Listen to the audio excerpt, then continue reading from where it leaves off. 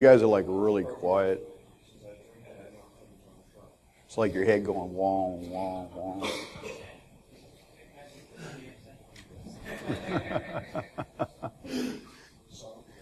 You guys about ready to get started? Okay. Okay, so let's go ahead and get started. So my name is Deral Heiland. I'm the research lead for IoT technology at Rapid7. So I'll be bouncing around here quite a bit.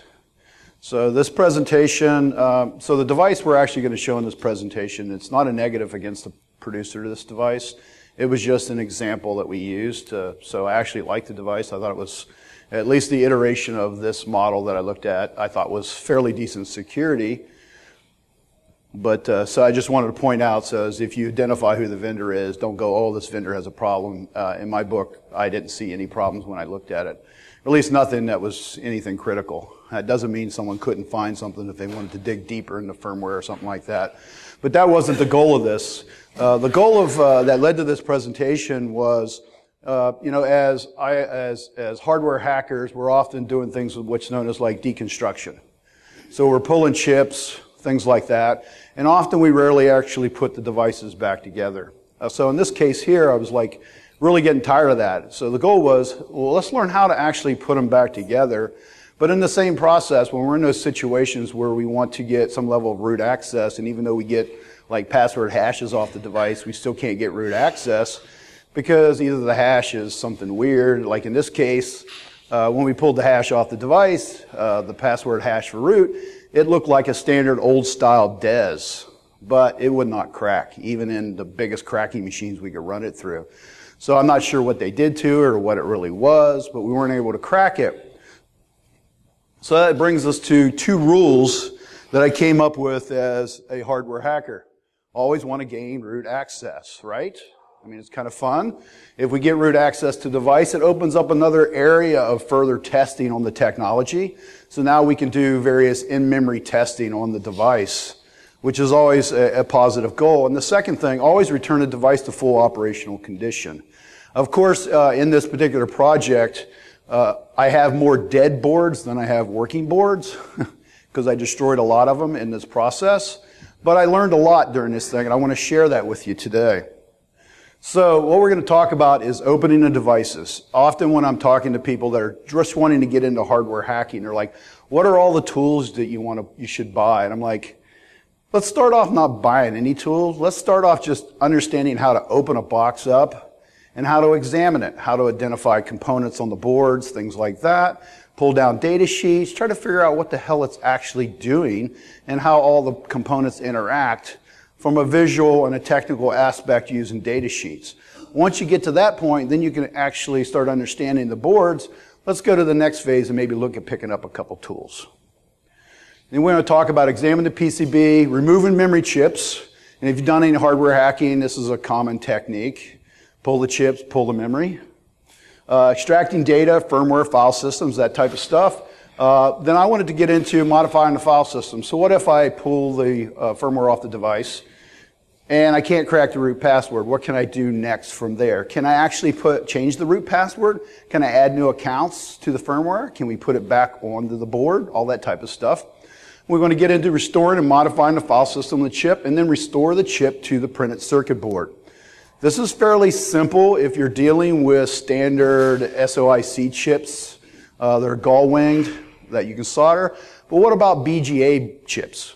The ones where all the connections are underneath the chip. How are we going to do that? So we're going to cover that today. And of course, we're going to do root. Now I have videos that I've done for all the different segments as I work through this. And we'll run those through and we'll talk about what I did, why I did it, that type of thing. So the first thing is examination of the board. So we open up this board, we start looking at all the components. We can find the CPU, we can find the RAM chip. The cool thing with the RAM chip, and I point out to people, I don't know if you can see it in here, but often the quickest way to identify the RAM chip without even looking at the data on there is look at all these weird squiggly lines that lead to the chip. Often the chip communicates in parallel. These are kind of like delay lines to make sure they're all in sync with each other, so parallel transmission of the data within the chip. And of course, this is a home IoT hub, so it has a lot of RF communication functionality. It has Zigbee, it has Bluetooth Low Energy, it has Z-Wave. Also, we want to gain some level of access to the board, and I always try to find out, hey, does it have UART? Often when we have devices that have full board operating systems on board, embedded Linux operating systems, we can usually find a UART, and hopefully it's activated and hasn't been disabled in some weird fashion, either programmatically or cutting runs or removing the load resistors or things like that to prevent access. So often when you find these, there's not going to be a header on there. So it's just going to be pin or holes. So you solder up and you connect to it and try to identify it. And that's generally what we're going to do. In the case here, the tool I like to use is a Shikra. Anyone else use the Shikras? It's a standard FTDDI serial interface. It also does JTAG. You can do SPI with it. I think it's like $45, $55. It's fairly inexpensive. I like this much better than like the Bus Pirate. It's faster. It actually works when I try to use it versus fighting the Bus Pirate a lot of times. So we connect up to that terminal once we identify it. Often when I go to identify UART, there's a number of tools. Like JTagulator has the ability to identify the UART pinouts. I find it easier just to use something like a logic analyzer, like a Sele logic analyzer. Hook it up to all the pins, try to see what's communicating on them, and then see if we can identify the data lines, the transmit, the receives, and decode it with a logic analyzer, identify is it a UART, and figure out what the pinout is. So in this case, we connected up to the device with the Shikra using a standard screen terminal program. We can connect to the Shikra via its USB connection, and we can watch the device boot up. And most common, we get up and we get a root or a logon for the device. In this case, we don't know the root password. So the adventure starts. How do we get this root password? So the next thing we want to look at is where is the actual flash? Where is the firmware actually stored on this device? So we come to what's known as an embedded multimedia controller. This is a BGA chip. So we can't tap into the leads on it. We don't even know where they go. So we have to be able to examine this somehow. And this particular chip, when we try to pull up a data sheet, I actually couldn't find the Micron JW999, but I did find somebody had a cross-reference that said this chip actually equates to this particular Micron chip, which is basically a 2 gig chip. It's a 153 ball BGA 2 gig chip. So now that we've identified it, how do we go about reading this chip? The one way that I always like to read chips is the destructive method. Reading chips in circuit can sometimes be a challenge, but when you pull them off, it's way much easier. So then we get into the process, how do we go about pulling chips off an actual board, especially BGAs? We could use a hot air reflow. This is an inexpensive hot air reflow. I purchased this on Amazon. I think I paid like $9,500 for it. These work really well. They're inexpensive. They're cheap. But also be aware, there's been known issues with these, so I would not leave it plugged in. They've had a history of like spontaneously bursting into a ball of fire. So take that into consideration when you leave it plugged in. I actually have my hot air bench on a power strip that's left turned off all the time because most of my stuff is weird Chinese cheap shit knockoff. So I prefer my lab not to burst into a ball of fire. So we quickly hook up the hot air reflow in this example, and I've actually used this thermal tape around it to protect other components. Now solder that's used, if the solder balls on these is the common 6337 metallic composition, the temperature they melt at is about 361 degrees or I believe 183 degrees Celsius. Also be aware, if you're buying Chinese stuff, you will quickly learn Celsius because a number of my devices don't do Fahrenheit. So in this case here, we hook up, we do the hot air reflow. Get here, new presenter, hot air reflow. And we are actually able to pull the chip, which we show in the right-hand corner. From there, you can put a little solder paste or solder flux on it and go ahead and clean it off with some solder wick and clean the chip off. And that way you can actually read the chip. And we're going to talk about how we read those chips here in a minute. The other way for pulling it, this is something I went out and bought a little later on when I got ready to do more reballing type work, is an oven. This is all done in Celsius. This is oven's like $185. So if you don't have $185, go to some yard sale, buy some cheap-ass toaster oven and modify it. There's more than enough information via Google and YouTube to be able to modify it. But if you're like me and you like things that's a little more push button, easy, less likely to burn my house down, well, probably not this one then, but this has like 8 settings on it. So there's 6 fixed settings. So in this case here, you can control the thermal rise and thermal drop on the chip, which is much better for preventing damage to the chip so you don't create thermal shock. I don't necessarily think you're going to get that good of control with a toaster oven, so you may be a little more thinking about that as you're working through that process. But this one works pretty good. So here's a video. So I run it through, it's at the top cycle, I pull the door open, I use a suction tool, and I lift the chip right off. This is sweet. It's easy, it's simple, but you got to be aware. At this point, every component on that board is loose. So if you yank the door open hard, bad things may happen. Now, often with chips, because when I first started doing this, I'm thinking, damn, an oven, what about all the chips on the bottom? Are they all just going to freaking fall off? The answer is no. There's this cohesion factor with the solder that will actually suck them up to the board to keep them from falling off. So once the chip's loose, the solder's melted, you can actually tap it and watch the chip wiggle and line itself back up on the pad. It's kind of fascinating to watch. I was doing an engagement for a customer. And the device they had was a small Android-based board. It had Android on it, small. And I wanted to remove the chip. And they had actually used epoxy. And epoxy the embedded multimedia controller on there. So I went in and I ground around the edge of the multimedia controller so I can get a spudge up underneath there. A metal spudge, which is a small flat metal piece. Ran it through the oven and I pulled it out and had a glove. And I was able to get the chip off, but in the process, I flung freaking components all over my lab. There was chips all over this place, capacitors, resistors.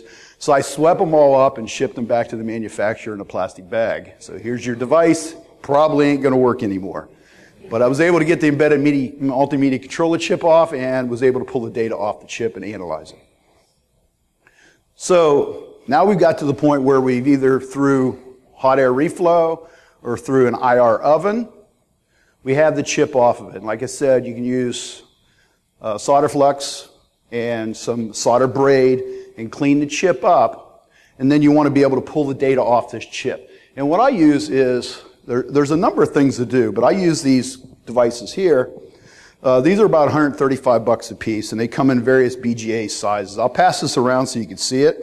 So the lid opens up, and you'll see us actually use it here in a second. You put the chip on there, you close the lid, it's USB, plug it in, $135.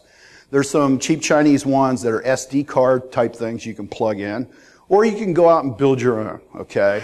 So there's a number of instructions online on how to build these devices to some extent to be able to do that. I'm not wanting to build shit like that. I want to do work. So I just spent my own money, went out and bought these. I'll pass this around so you can see it, get a closer look at it. I ask that you try not to open and close this too many times because it has a life cycle. And if you do, try not to break it off. So you can pass that around so you can look at it. And the cool thing with embedded multimedia controllers, and I've talked about that, I think, last year here also, is everybody in this room, if you have a cell phone, you have an embedded multimedia controller on you. Every one of the cell phones has these chips. And these chips are really cool because they will actually mount up just like a file system, a hard drive. So we're going to take this, we're going to install it in here, and you're going to get to see this mount up here in a second. Plug it in USB, hit the button, it connects up. Lights should start flashing here in a second. And we'll quickly see that it mounts up an entire file system. Easily giving you access to all the data. Now these file systems will typically mount up, but not all the time, but typically will mount up as read-only file systems, so you can't alter them. There's been a couple cases where you can actually unmount the file system using standard Linux tools and remount it as read and write. Almost every time I've had that successfully work, it was an Android-based operating system. I don't know why, but that happened to be the case. In this particular case, this thing was read-only. I could not remount it as writable. So now, how do I get the data off of it? How do we go to the next level? How do we modify this data? I can see the file system, but I can't modify it. But if we look up here, this actually mounted up as various partitions, just like a hard drive. So we should be able to gain access to the individual partitions. This makes it much nicer than trying to alter the firmware out of a blob. Pulling the entire firmware block off and then try to break it out, clean it up, make changes to it, put it back together and make it functional, which has its own problems. This is much easier because we can actually pull the individual partitions for alteration. And again, with this, it's fairly easy, standard Linux commands. We can actually pull the partitions using DD, like we would with any hard drive. So yeah. So I'm looking at the file system on this device, and you can see it has multiple partitions, as I mentioned. The interesting thing on here, the partitions of interest on this one that are actually the real file system is 3 and 6. There's 2 identical partitions on there. The reason why there's 2 identical partitions is for upgradability of the device. Anytime you want to do an upgrade to an IoT-based embedded operating system device, there'll be 2 partitions. When you download and install the new firmware updates, what it'll do is it'll write to the offline partition. That's defined typically in the environment variables on the U-boot or secure boot. It'll tell which one is primary, which one is the offline one. It'll write the offline one, and it'll do it with DD. Every one of these operating systems have DD in it, so it'll rewrite the offline partition with DD, and then it'll go through a reboot cycle. It'll change through the environment variables, which is the primary, and it'll bring up the new version. The reason for that is if your firmware goes to hell in a handbasket during an upgrade, you don't brick the device. If there's only one partition, one operating system partition, you could destroy it during the firmware upgrade. This prevents it because if it fails during boot, it'll reboot itself, change, and come back up on the primary one again, which hasn't been altered yet.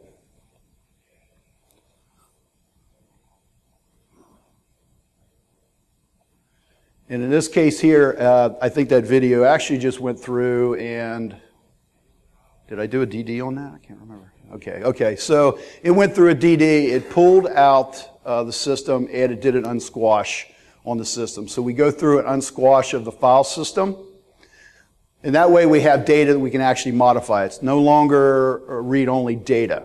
We did a DD, we got the binary, we did an unsquash of that partition. In this case, it was, I believe, 6. We went ahead, unsquashed it. Now we have the entire file system that is writable on our hard drive, and now we can modify it. In the case with this particular project, the goal was to just change passwords. I didn't want to do anything else weird or strange at this point. Just wanted to get root level access. So I modified 3 files. I modified the password file, the shadow file, and the group file. I created the new user. In this case, I called the new user Bubba.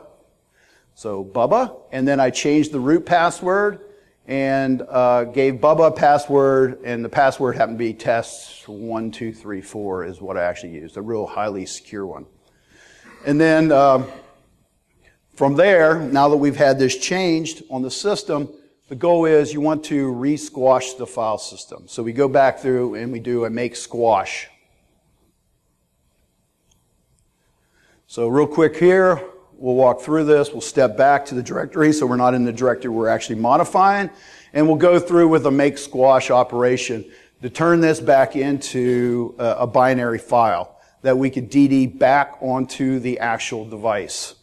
A couple commands here, no pin, always use fragments.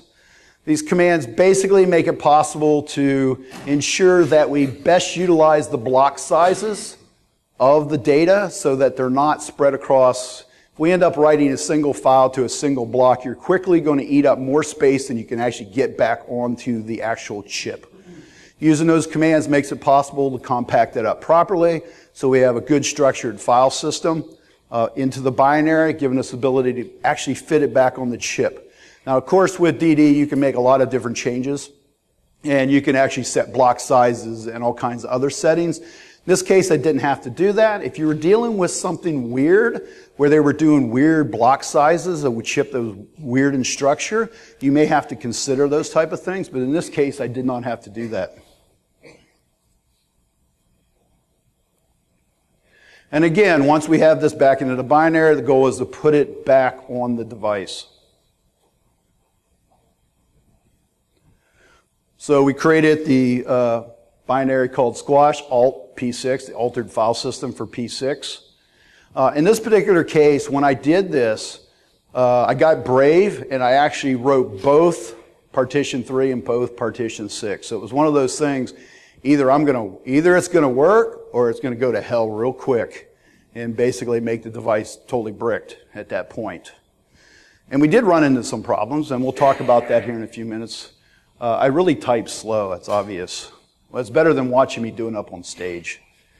That gets kind of freaky. Watch how I can spell DD wrong half a dozen times. So here we're actually able to write it back to the chip. So now we've successfully pulled the chip, pulled the memory, unsquashed it, modified it, resquashed it, DD'd it back to the chip. Now we have a chip. So now what the hell do we do? This is where the adventure started. Up to this point, this is very common, very easy stuff to do, easy to understand. So getting into the reassembly of these components. This is where I had no freaking clue where I was going or even if I could actually do this. I've seen people do it on YouTube videos, and I always sat back going, oh, what the hell? I don't think I can do that. So we're going to reball it, and there's a number of ways of doing it. You can use a screen kit. So here is a screen kit, and the way this thing works is you mount the chip in here, like it's shown in the picture up there, and you purchase a screen. Now these chips are 153 ball BGAs, and they're like extremely small as hell. And I'll start with pass a couple of these chips around. I don't think either one of these are any good. I think one of them's good. I'll pass these around so you can see the size of these chips. Now when you look at these chips, there's actually 153 balls on these chips. So I had a hell of a time finding a screen, but I eventually tracked one down through some site in China. It took me like 45 days to get it. And I don't know if you can't see it, it's really freaking small. We ran into a problem. The pad size on these chips is actually 0.3 millimeters. So you can use 0.3 balls or 0.25 balls. The screens are all cut at 0.25 millimeters for balls. The problem is it's thicker than 0.25 millimeters. I had a guy track, when I was over in Paris here earlier this year, we had a guy track down a manufacturer because we were talking about this, and I was bitching about them being too thick. And he could only find somebody that was willing to cut these for us at 0.35 millimeters. So if I'm putting 0.25 millimeter balls in here, and these balls are like freaking specks of dust, and yeah, we'll pass that around too. So I always like it. It's like I told somebody, presenting at a conference is like being in second grade show and tell. It's fun as hell. It's where I got started at. So I'll pass these around. One of them is the 0.25. One is the 0.3 size of BGA balls.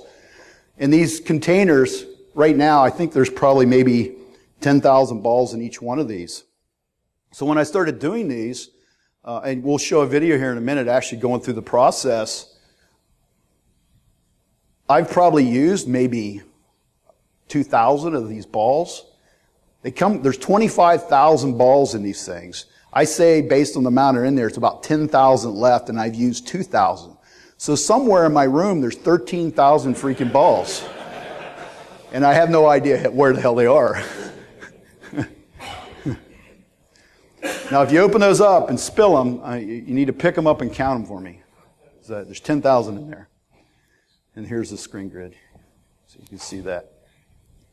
So, since the screen grid's too thick, and you can literally have at least if you're doing 0.25 millimeter balls, you still have 0.1 millimeters of space there for a damn ball to get jammed into.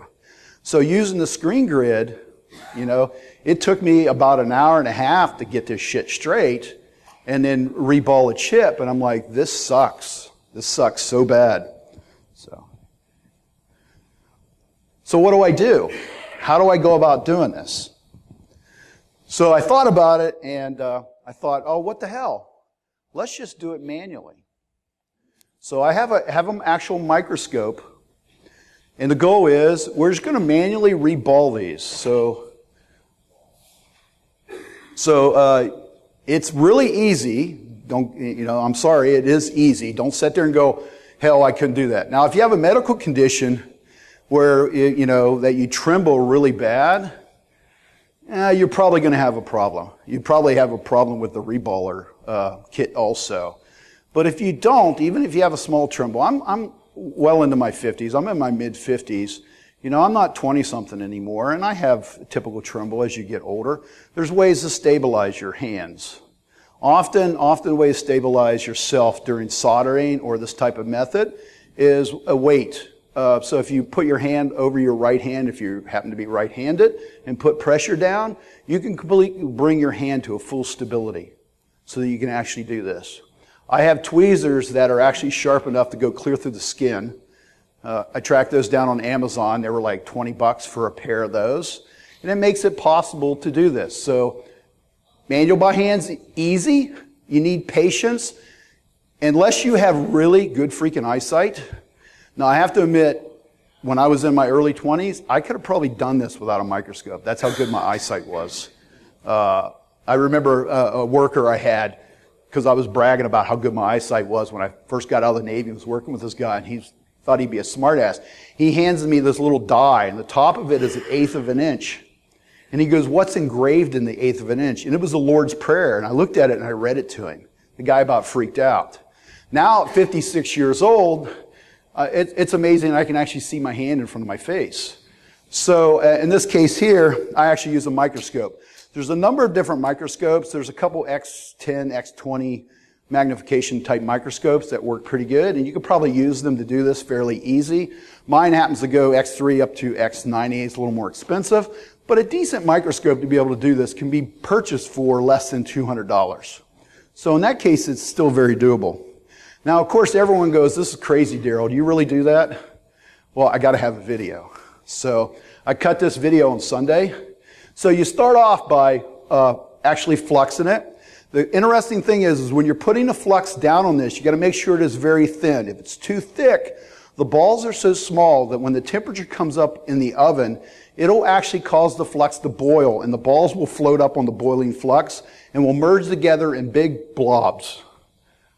Trust me, I've done that a couple times in the learning process. So this particular tweezers, the point of it, that is the size of actually a sewing needle, the tip of that, to give you an idea of the magnification. So we can kind of whirl through this. I probably don't want to spend all of my time watching this crazy video. We can speed this up a little bit, and you get to see my thumb.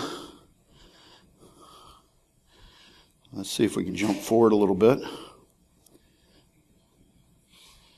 Get a little closer. Now, how much time does it take to actually do this? There we go. Hey, I didn't get any further, did I?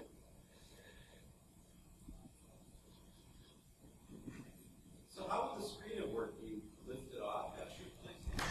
Yeah, the way the screen works is if you have the device that's going around, has the two handles on the side. You mount the chip in there, you put the screen grid over top of it, you flux it, you put the screen grid over top of it, you pour the balls in, you fill all the holes, and you take those two handles and you pull them down.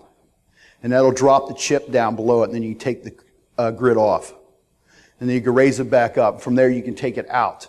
Now, you're thinking how, the balls, how do you get these balls in place? How do you deal with them not rolling off? The magic is the flux. They stick to the surface. The one thing you do have to watch out for is if you start getting flux built up on your tweezers, the balls will start sticking there, and you'll be like trying to fling the shit off. They don't come off very easy. Remember, they're like 0.25 millimeters, so they're really small specks of dust. Oh, kind of finally jumped up there. So we'll let this kind of run through. So these pads, like I said, are 0.3 millimeters.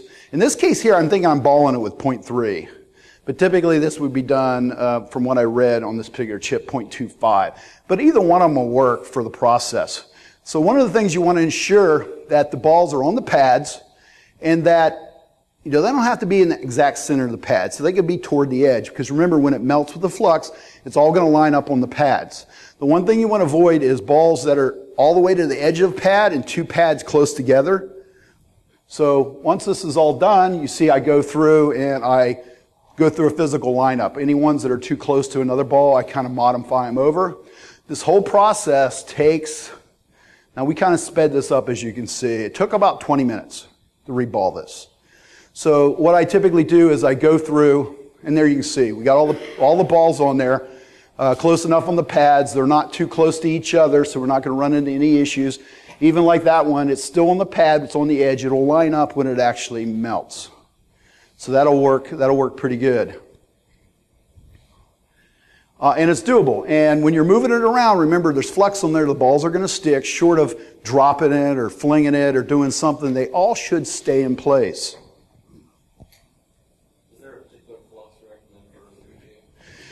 There's a number of different fluxes, but it's actually specifically made for reballing. It's a thicker paste that you use.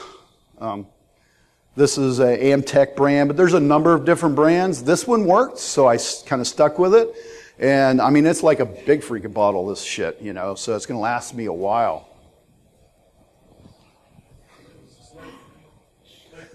No, this is not lead-free.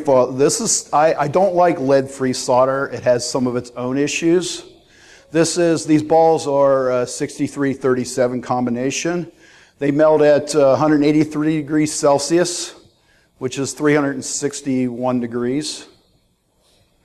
And that's the temperatures they actually melt at, which is going to play a big part in the next phase. And that is actually reflowing these.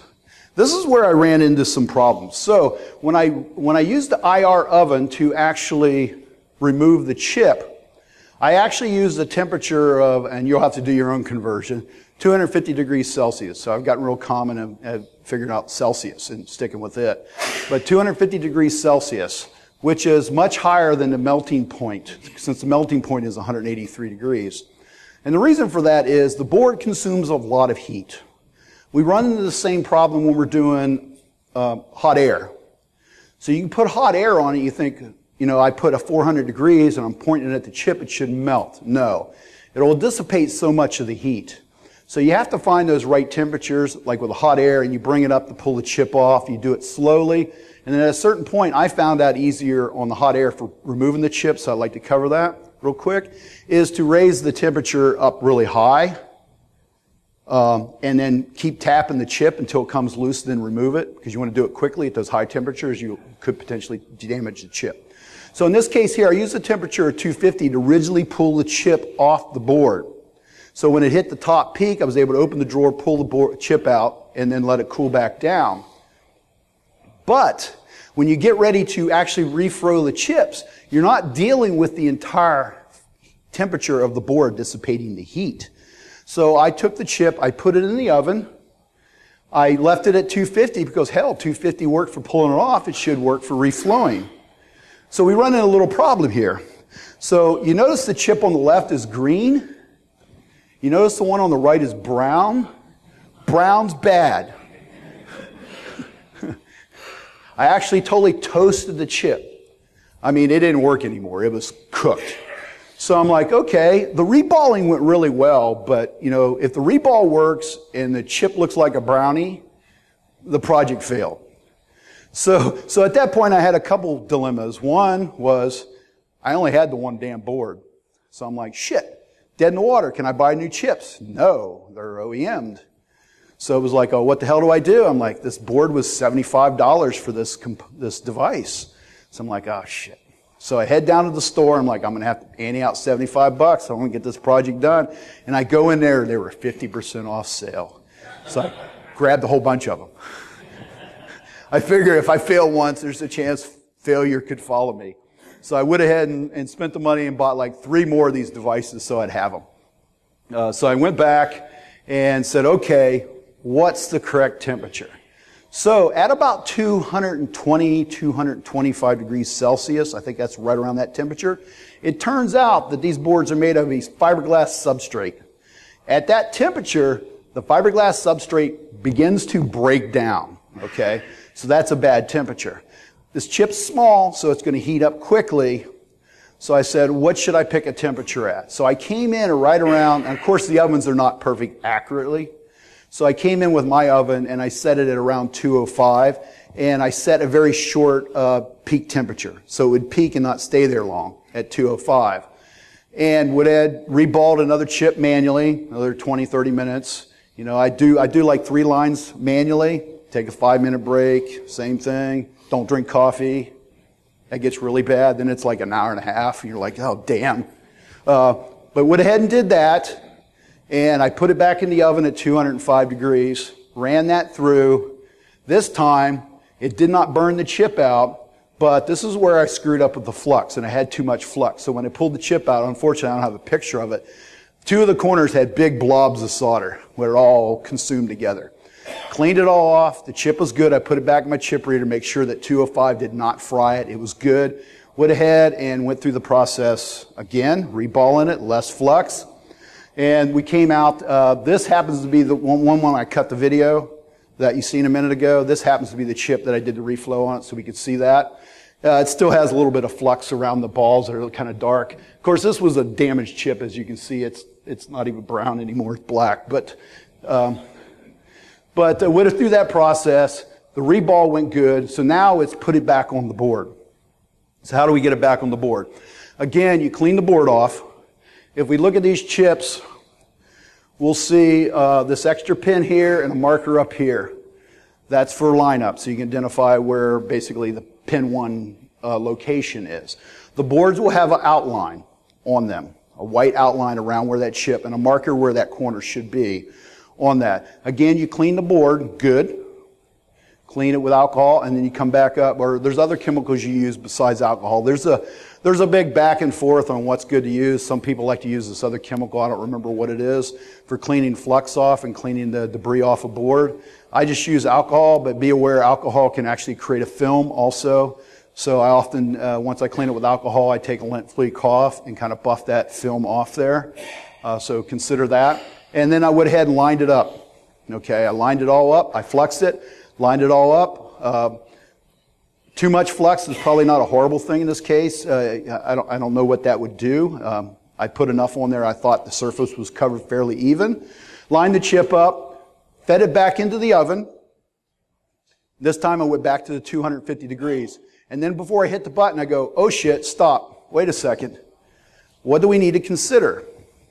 Well, we have to consider that these boards, when you're cooking them, and I'd considered it, when I pulled the original chip, I'd pulled it with originally hot air. Okay, the first one I pulled that I did it with.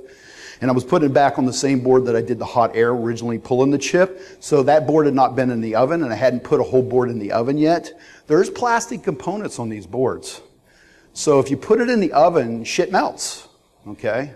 Which is not always a good thing, because you're like, success, oh shit. But I realized that up front, I realized that. So I had the bad board that I originally screwed up, and I'm like, let's do an experiment. I don't want to have to pull all these components. You know, I don't want to have to pull the USBs off. I don't want to have to pull the Ethernets off. I don't want to have to pull these push buttons off. Well, let's find out what the hell melts at 250 degrees Celsius. So, can't really see it here, but if you look close, you can pass that one around. You can see the components that melted. So the speaker melted and the power jack melted. Okay, so now I know. So I took the board that I was going to rebuild properly, and I went ahead and I pulled those components off. I just desoldered them. Put the board into the oven, ran it through the reflow process at 250 degrees. The bell rings, bing, you're like, oh, I wonder if it's going to work. So also remember, I rewrote both file systems. Partition 3, Partition 6. One of those, I didn't know what the primary was because I never looked at the U-boot environment variables. I wasn't able to get to those. So I didn't know what was the primary, and I didn't want to have to do this twice, so I went ahead and rewrote both of them. So I either screwed both of them up and it all fails, I screwed one of them up and it works, I screwed neither of them up and it works.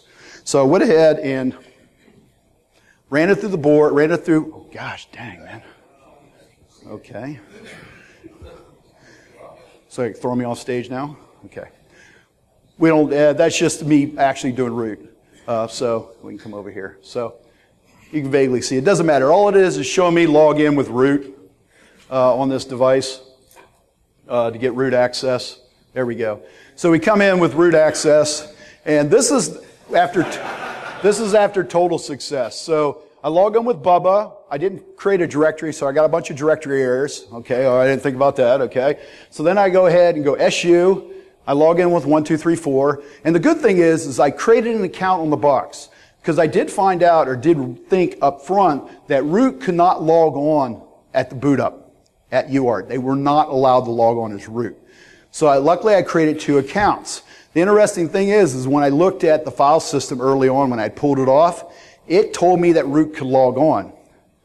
Once I got to this point, somewhere it overwrote those files that controlled that. I'm not sure where that came from. But here I was able to log in with root on this particular device and gain access. What did happen during the initial boot up? I initially powered the thing up. Of course, I didn't record it at that time because I was just doing some research. It was a shit storm of errors. Just error after error, file system errors, buffer, fragment errors, just all kinds of shitload errors. And then the thing went down, boom, rebooted. I'm like, well, so much for that shit show. So then it comes back up, starts generating a shitload of errors second time, and it's only half as many errors. Boom, it reboots again. Third time it came up. Well, the fourth time it came up completely clean. So what happened? I'm not 100% sure. There's a couple things that possibly happened. One is one of the partitions that I rewrote was totally corrupted, and it was the primary. And it tried rebooting on that several times and then failed over to the secondary and switched over through the environment variables on the secondary and came up that way. I'm not sure, but either way, it came up. I had root access. At that point, we're able to do a number of things, a number of testing. So we're not going to go into any of that testing because this is about this whole process of learning how to actually reball BGAs with the ultimate goal of encouraging everyone to go out there. And if you like doing this stuff, let's not stop at just breaking the boards. Let's look at how we can, instead of your lab being a pile of shit, screwed up boards, which I have many, let's go ahead and learn these processes so we can put these boards back into service. Now, hopefully we can get those lights off because I have a few more minutes and I would like to quickly cover something. Now, you can actually do mounting of embedded multimedia controllers while they're actually on the board. It's possible. It turns out to control a embedded multimedia controller, there's 5 connections you have to maintain besides ground. You have a command line, a clock line, a data line, VCC, which is system voltage, is normally 3.3 volts. And then you have what's VCCQ, which is the controller voltage on the chip, embedded multimedia board. Because it has its own controller, like a drive would. Okay? It's a different voltage. It's usually 1.8 to 2.8 in voltage. So you have the ability that you can actually take a chip off and do what's dead bug and connect all of those connections with the right kind of device and be able to mount the chip up with not having to have one of these components of mine. Or you can literally do it in circuit.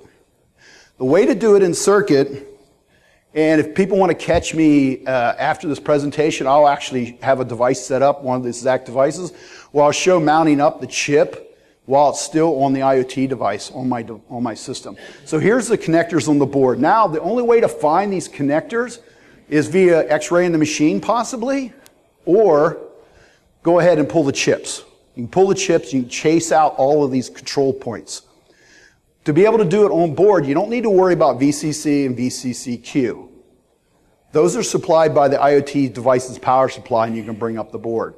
So what you do is you tap into these with a device. You can build a device. Now, I don't have the reference here, but there was a presentation 2017 at Black Hat that covered embedded multimedia controllers and doing a lot of stuff with them. And they actually talk about building a device to be able to do this. You can build it yourself. I actually bought my own. And it's you can get one of these eMMC Pros. It's like $140, but it comes with a device called a booster. And the booster allows you to do dead bugging, but it also allows you to do directly in circuit. So literally, I connect Once I've mapped out these things, I connect the data line, the command, and the clock line and ground. And then one other thing you need to do is the primary processor. You need to find the reset for the primary processor, or in this case, it happened to be soft reset. The chip had a soft reset. And I was able to take the soft reset to ground, take the primary processor into reset mode so that it didn't try to engage the embedded multimedia controller. And then I was able to connect it up to my Ubuntu laptop and mount the file system up completely. At that point, you can do the DD and all that stuff straight up on the board and make modifications straight up. Of course, you have to map out these various connections to be able to do that. So, hopefully you guys liked this presentation and got something useful out of it. That pretty much concludes it. If you want to catch me afterwards and see the in-circuit connections to this, I may try to find a table with a power supply and hook it up so you can see this. Look at the board yourself and see what I did, how I hooked it up, and the device I used. The eMMC booster, like I said, you can go out and build these devices yourself, fairly cheap. This one you can buy off some Chinese site for like 39 bucks if you want to, the booster device. And it makes for being able to connect right into these devices easy. So, thank you very much.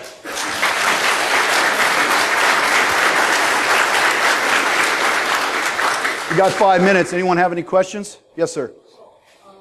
That last bit that you did, is that JTAG or is that something similar? Well, this very last part? No, it's ISP, in-circuit programming.